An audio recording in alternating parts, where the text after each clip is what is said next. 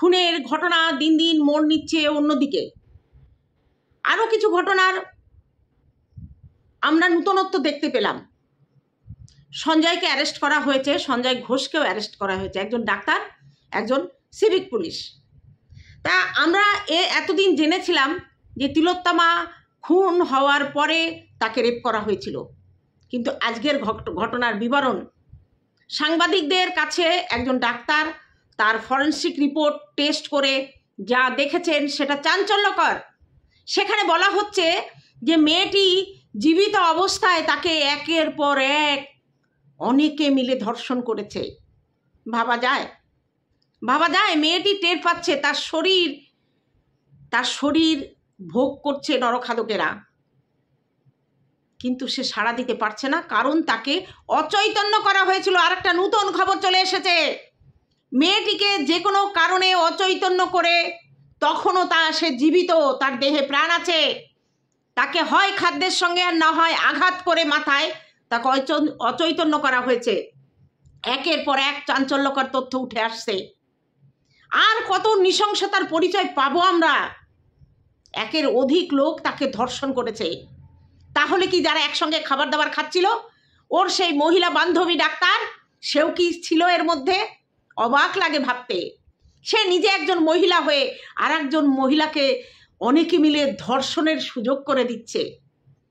বাইরে থেকে অর্ডার করে খাবার এসেছিল, সেই খাবারে কি তিলোত্তমার খাবারে কিছু মেশানো ছিল, নাকি খাবার অর্ডার করে ঘরে আনার পরে মেশানো হয়েছে? এখনো অনেক অনেক রহস্য জট খুলবে। এদিকে সিবিআই পৌঁছে গেছে তিলোত্তমার মা বাবার কাছে। তিলোত্তমার মা একটা বিস্ফোরক তথ্য দিল। কিছুক্ষণ আগে নাকি তাকে বলা হয়েছিল যে তার মেয়ে অসুস্থ, আপনারা তাড়াতাড়ি চলে আসুন।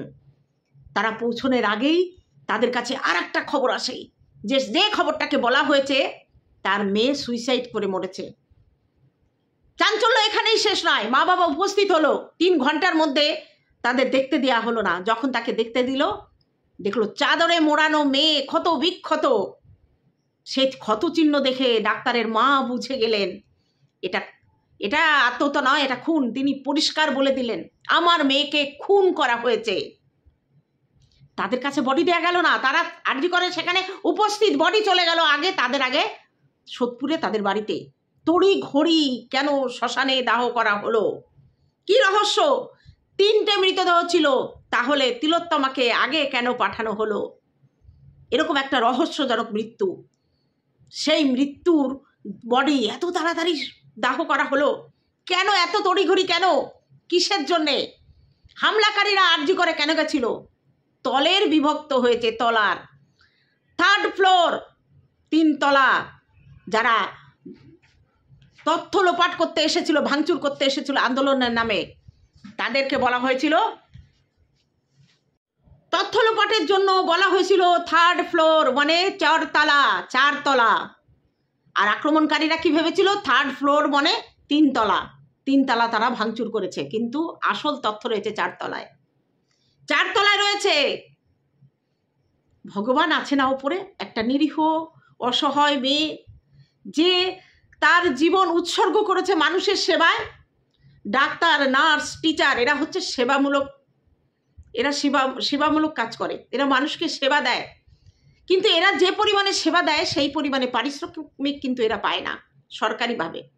যদি কেউ আলাদা চেম্বার করে আলাদাভাবে পায়।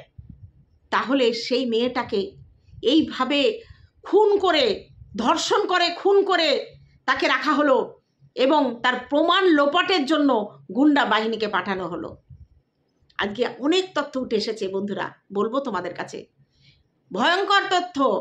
বলা হচ্ছে মেয়েটিকে একজনে নয়, কয়েকজনে মিলে রেপ করেছে। তার শরীরে যতটা পরিমাণে সিমেন্ট পাওয়া গেছে সেগুলো পরীক্ষা চলছে। যেমন এটা ফরেনসিক যে টেস্ট চলছে, তার সঙ্গে আরও সঞ্জয় যে সিভিক পুলিশ, তাকে গ্রেপ্তার করে মহড়া বানানো হয়েছে। বলা হয়েছে একে ফাঁসি দিয়ে দাও। মুখ্যমন্ত্রী তড়িঘড়ি একে ফাঁসির আবেদন করতে চাইছিলেন। একে ফাঁসি দিলে সমস্ত প্রমাণ লোপাট হয়ে যাবে। ডাক্তারি পরীক্ষা শুধু মেয়েটির হবে না, হবে সঞ্জয়েরও। সঞ্জয়ের যদি ডাক্তারি পরীক্ষা হয়, তখন প্রমাণ হবে যে ওই মেয়েটির সঙ্গে সঞ্জয় কতটুকু ইনভলভ হয়েছিল। কারণ তার শরীরেও এমন কিছু প্রমাণ আছে যে সে কতটা দোষী। এদিকে সঞ্জয় ঘোষ, যিনি এই হসপিটালের অধিকর্তা, উচ্চতর স্থানে আছে, তিনি তার কথার মধ্যে, বয়ানের মধ্যে অসঙ্গতি প্রকাশ করছেন। তার একটা কথার সঙ্গে আর একটা মিলছে না। বারবার সিবিআই তাকে জেরা করছে, বারবার সিবিআই তাকে জেরা করছে। আজকে যে ডাক্তাররা বয়ান দিয়েছে যে এটা অস্বাভাবিক মৃত্যু, এটা খুন, যারা তাদের মন্তব্যে লিখছে, সেই সব ডাক্তারদের মধ্যে দুজনকে, যারা বিস্ফোরক তত্ত্ব দিয়েছে, তাদেরকে আজকে লালবাজারে ডাকা হয়েছে। প্রতিবাদ করলে লালবাজারে ডাকা হবে, আর অন্যায় করলে তাকে সরকারের পদপুষ্ট হলো, পা চাটা দালাল হলে তাকে আড়াল করে রাখা হবে। সেই ডাক্তার কিন্তু বলে দিয়েছে, আমি পিছপা হব না, আমি পিছপা হব না। তার সঙ্গে আরও অনেক ডাক্তার সহকর্মী তারা লালবাজারে আজকে উপস্থিত হয়েছে। তারা বয়ান কিন্তু পাল্টাবে না। নার্সরা দাবি, জুনিয়র ডাক্তার নার্সরা বলছে, আমরা এই আন্দোলনে সামিল হয়েছি, থাকবো। তাদের হুমকি দেয়া হচ্ছে, তাদের হুমকি দেয়া হচ্ছে, যদি এই আন্দোলনে তুমি নাম লেখাও, তোমার চাকরি চলে যাবে, তোমার ট্রান্সফার হয়ে যাবে। তারা তাতে ভয় পাচ্ছে না। তারা বলছে, এই আন্দোলনে আমরা ব্রতী আছি, থাকবো। তারা চাকরি যাওয়ার ভয় করছে না। I want justice. তারা একটা মন্ত্র উচ্চারণ করছে, বিচার চাই, বিচার। তাতে আমার চাকরি চলে যায়, কোনো অসুবিধা নেই। চাকরি করেই বা কী করবে? তার কি নিরাপত্তা আছে? সরকার তার হসপিটালে কোনো নার্স, একজন ডাক্তারকে নিরাপদ দিতে পারে না। নৃশংসভাবে তার ভেতরের মানুষগুলো, তার সহকর্মীরা তাকে ওইভাবে ছিঁড়ে খুবলে খেয়েছে। আর সেখানে নার্সরা তো আরও আরও আরও তাদের থেকে, তাদের হাতের পুতুল হয়ে যাবে। তাহলে তারা চাকরির ভয় করে তারা সেখানে চুপচাপ এগুলো মেনে নেবে? মানতে পারে কেউ? মানতে পারে? তার সহকর্মী একজন বলছে, আমি নিচের তলায় কাজ, আমি 3 তলায় থাকি, 4 তলায়। বলছে, আমরা আমাদের চোখের সামনে মনে হচ্ছে আমাদের পেছন পেছন এই তিলোত্তমা ঘুরে বেড়াচ্ছে, তার ওই ভয়ঙ্কর তার চেহারা নিয়ে, তার ওই ভয়ঙ্কর মানে নগ্ন চেহারা নিয়ে, ওরকম বিধ্বংসী চেহারা নিয়ে তিলোত্তমা তাদের পেছন পেছন হাঁটছে।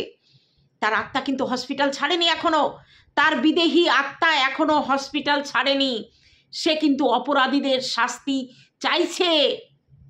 আজকে তিলোত্তমার মা, সে কিন্তু পরিষ্কার বলে দিয়েছে, আমার মেয়ে বিচার আমি চাই। আজকে রাজ্যের তদন্তকারী অফিসার দিয়ে বিচার হলো না, বিচার চাইছে সিবিআইয়ের কাছে, তার মানে কেন্দ্রীয় সংস্থার কাছে। তাহলে কি মুখ্যমন্ত্রী এখানে হার স্বীকার করে নিল? তার ক্ষমতায় হলো না তদন্ত করা? আরে সর্ষের মধ্যেই তো ভূত, তাহলে রাজ্যের গোয়েন্দা বিভাগ কি করে সেই ভূত ছাড়াবে গো? ওঝা লাগবে, ওঝা। সেই ওঝা হচ্ছে কেন্দ্র বাহিনী, সিবিআই। তাদের হাতে সমস্ত তথ্য প্রমাণ তুলে দেয়া হয়েছে। তিলোত্তমার ডায়েরি, যেটা ওর মা বলতে গেল, তিলোত্তমা প্রতিদিন নিয়মিত ডায়েরি লিখত। কি আছে সেই ডায়েরিতে? চাঞ্চল্যকর তথ্য, কোনো নতুন তথ্য আছে? মা বলতে গেল যে মৃত্যুর দিনেও হয়তো তিলোত্তমা, হয়তো না, মৃত্যুর দিনেও তিলোত্তমা লিখেছে। সে এমন কি লিখেছে, সেখানে হয়তো তার এই মৃত্যুটা হয়তো সে আগে থেকে টের পাচ্ছিল, কিন্তু এই অস্বাভাবিকভাবে হবে সেটা সে বুঝতে পারেনি। তার বিপদ আসতে চলেছে এটা হয়তো সে বুঝতে পেরেছিল, সেই জন্য সে তার ডায়েরিতে লিখেছে। সেই ডায়েরির পাতা তার মা দেখেছে এবং সেই ডায়েরি সিবিআইয়ের হাতে হস্তান্তর করা হয়েছে।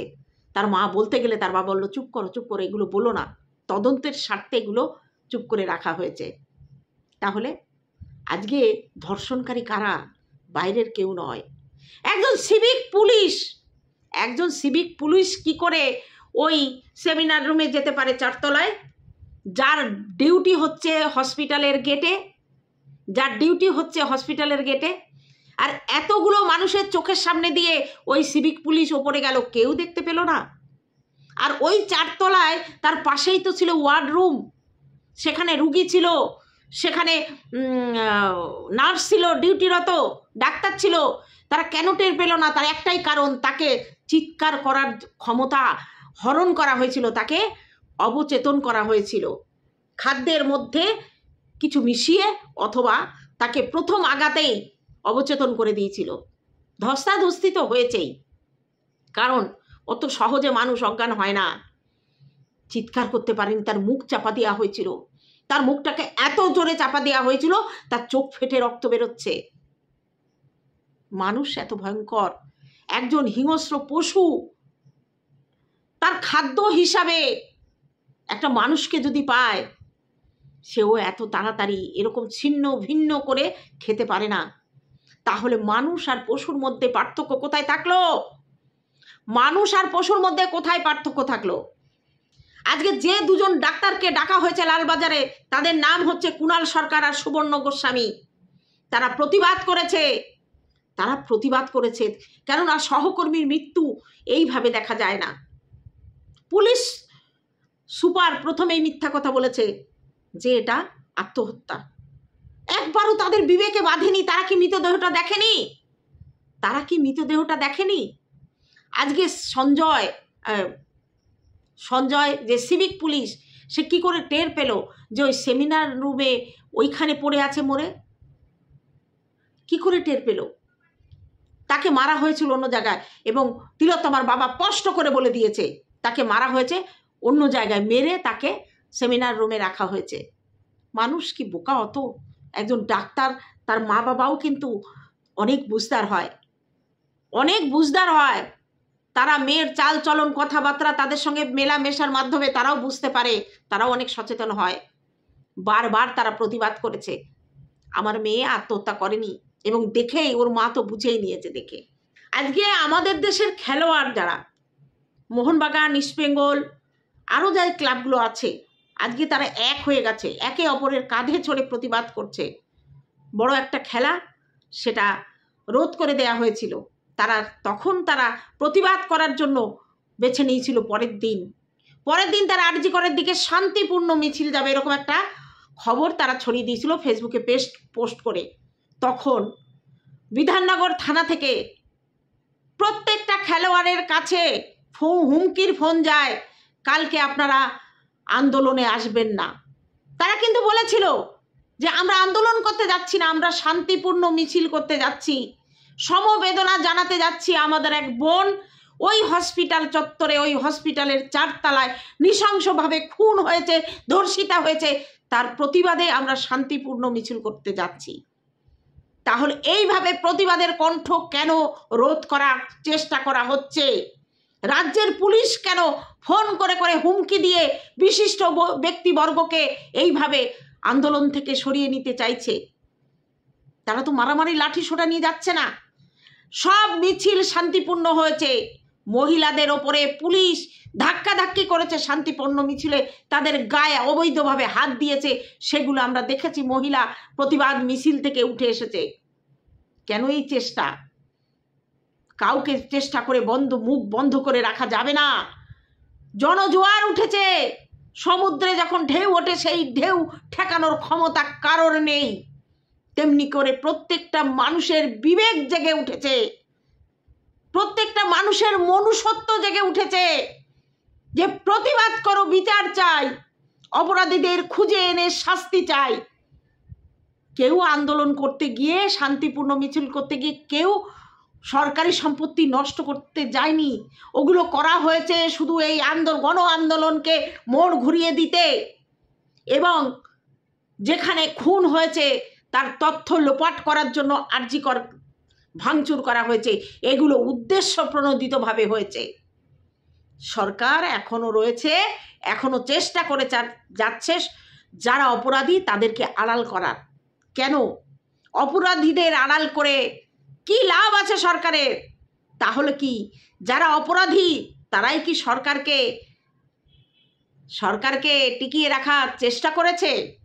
আমরা শুনতে পেয়েছি ভোটের আগে যে পা ভেঙেছিল, সেই পায়ের এক্সরে রিপোর্টটা এদের মধ্যেই একজন ডাক্তার দিয়েছিল। তাহলে কি বুঝতে পারি আমরা? রক্ষক যখন ভক্ষক হয় তখন বাঁচার ক্ষমতা কারোর থাকে না। সব থেকে বড় আশ্চর্যজনক ঘটনা আমরা প্রমাণ পেয়েছি। ডাক্তাররা বলছে মেয়েটি ভার্জিন ছিল, তার কুমারিত্ব নষ্ট হয়নি। তাহলে একটা মেয়ে যখন ভার্জিন থাকে, তখন সে একটা পুরুষ তাকে সহবাস করলে, তার পক্ষে তার পরিচিত একটা পুরুষ সহবাস করলে তবু সেখান থেকেও ব্লাড বের হয়, কারণ যে টিউবটা ফাটে সেটা ভার্জেনদেরই থাকে। অথচ এই মেয়েটাকে কতজন পশু মিলে তার ভার্জিনতা নষ্ট করেছে। গা শিউরে ওঠে এই যে তথ্যগুলো যে উঠে আসছে, এই তথ্য থেকে মানুষের এই যে কি বলবো, যে সব নরখাদক তাদের প্রতি ঘৃণা আরো বেশি করে জন্মায়। একটা মেয়েকে মানে এই ধরনের যন্ত্রণা দিয়ে মারার থেকে তাকে একটা গুলি করে মেরে দেওয়া শেষ। তাদের উদ্দেশ্য কি ছিল? মেয়েটাকে মেরে ফেলা। মেরেই যদি ফেলা উদ্দেশ্য ছিল, তাকে একটা আঘাতে কেন মারেনি? ঘন্টার মানে মিনিটের পর মিনিট তাকে তড়পে মারা হয়েছে, তাকে অচেতন করে নেওয়া হয়েছে, কিন্তু তার জ্ঞান ছিল। তাকে অচেতন করে নেওয়া হয়েছে, কিন্তু তার জ্ঞান ছিল। সে বুঝতে পারছিল একের পর এক পুরুষ তাকে ধর্ষণ করছে। আর একটা ভার্জিন মেয়ের ক্ষেত্রে এই যন্ত্রণা যে কত যন্ত্রণাদায়ক, এই ঘটনা ভাষায় প্রকাশ করা যায় না। ভাবলে না এখন মনে হচ্ছে কন্যা শিশুর জন্ম দেয়া বন্ধ করে দিতে হবে আমাদের। আমরা মায়েরা যদি একসঙ্গে প্রতিবাদ করি যে আমরা কোনো কন্যা শিশুর জন্ম দেব না, পৃথিবীর ভারসাম্যতা থাকবে। তখন কি করবে এই নরখাদক পুরুষগুলো? আজকে আমাদের মেয়েদের নিরাপত্তা কোথায়? লেখাপড়া শিখিয়ে স্বাবলম্বী করে নিজের পায়ে দাঁড় করানোর বড় বড় লেকচার আমরা মারি। সরকার বলছে মেয়েদের 18 বছর 19 বছরের নিচে বিয়ে দিও না, তাদের পড়াশুনো করাও। তাদের বিয়ের জন্য 25,000 টাকা দেয়। আমাদের সরকার ঘোষণা করলেন তিলোত্তমার মা বাবাকে 25 লাখ টাকা দেয়া হবে। কি করবে তারা এই টাকা নিয়ে? কি করবে তারা? তো বলবে আমার মেয়েকে ফেরত দাও। তোমার হসপিটাল থেকে তোমার নরপিশাচ ডাক্তার, তোমার মদতপুষ্ট ডাক্তাররা আমার মেয়েকে খুবলে খেয়েছে। আমি 25 লক্ষ টাকা নিয়ে কি করব? আমার মেয়েকে ফেরত দাও। একটা ডাক্তারের জীবনের দাম 25 লক্ষ টাকা। তার মা বাবা কাকে নিয়ে বাঁচবে? ওই রক্তাক্ত, ওই ছন্ন ভিন্ন যে শরীরের চেহারার অবস্থাটা মা দেখেছে, সেই মা রাতে ঘুমোতে পারবে? সেই মা ভাত খেতে পারবে? 25 লক্ষ টাকা দিলে সমস্ত ক্ষত দূর হয়ে যাবে? মুখ্যমন্ত্রী দিদি, আপনার তো সন্তান হয়নি, আপনি বিয়ে করেননি, সংসার করেননি, আপনি কি বুঝবেন একজন মায়ের বুকের ভেতরে দুমড়ে মুচড়ে শেষ হয়ে যাচ্ছে? কোথায় কলকাতায় সোদপুরের তিলোত্তমার মা আর অন্যান্য মায়েরা তারা রাস্তায় নেমেছে প্রতিবাদে? কম দুঃখে তারা নেমেছে? কি বলবো আর এই নরপিশাচ। আমাদের অপেক্ষা করতে হবে আরও কিছুক্ষণ, আরও কয়েকদিন। আজকে সেই দিন ঘটনাস্থলের আশেপাশে যারা ছিল সেখান থেকে সিসিটিভি ক্যামেরা ফুটেজ অবশ্যই মিসিং হয়েছে, কিন্তু সেখানে যারা চিকিৎসারত রোগী ছিলেন তাদের বাড়ির লোকের সঙ্গেও যোগাযোগ করা হচ্ছে, তাদের ডেকে পাঠানো হয়েছে। প্রতিটা নার্সকে ডেকে পাঠানো হয়েছে, কর্তব্যরত ডাক্তারদের, ওয়ার্ড বয় সবাইকে ডেকে পাঠিয়ে তাদের সাক্ষাৎকার নিয়ে একটা সিবিআই টিম একটা জায়গায় তারা আসতে চাইছে। এবং আমি চাইবো, আমরা সবাই চাইছি, সবাই সহযোগিতা করে এই তদন্তের শেষ হোক, অপরাধীরা শাস্তি পাক। সঞ্জয় সিভিক পুলিশ, সে কি আসলেই অপরাধী? নাকি তাকে অপরাধী সাজিয়ে তার পেছনে রাঘব বোয়ালদের আড়াল করার চেষ্টা? আমরা সবই দেখতে পাবো। তদন্ত চলছে, দেখা যাক কি হয়। তবে আন্দোলন থেমে থাকবে না, প্রতিবাদ চলবে।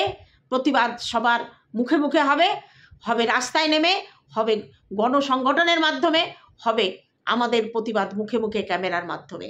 চলো তাহলে বন্ধুরা, দেখা যাক আগামীতে কি হয়। অবশ্যই আমরা আই ওয়ান্ট জাস্টিস এই কথা ভুলবো না। দেখা হবে অন্য কোনো ভিডিওতে। ততক্ষণে তোমরা সাবধানে থেকো। টাটা আমার ভিউয়ার্সদের জন্য।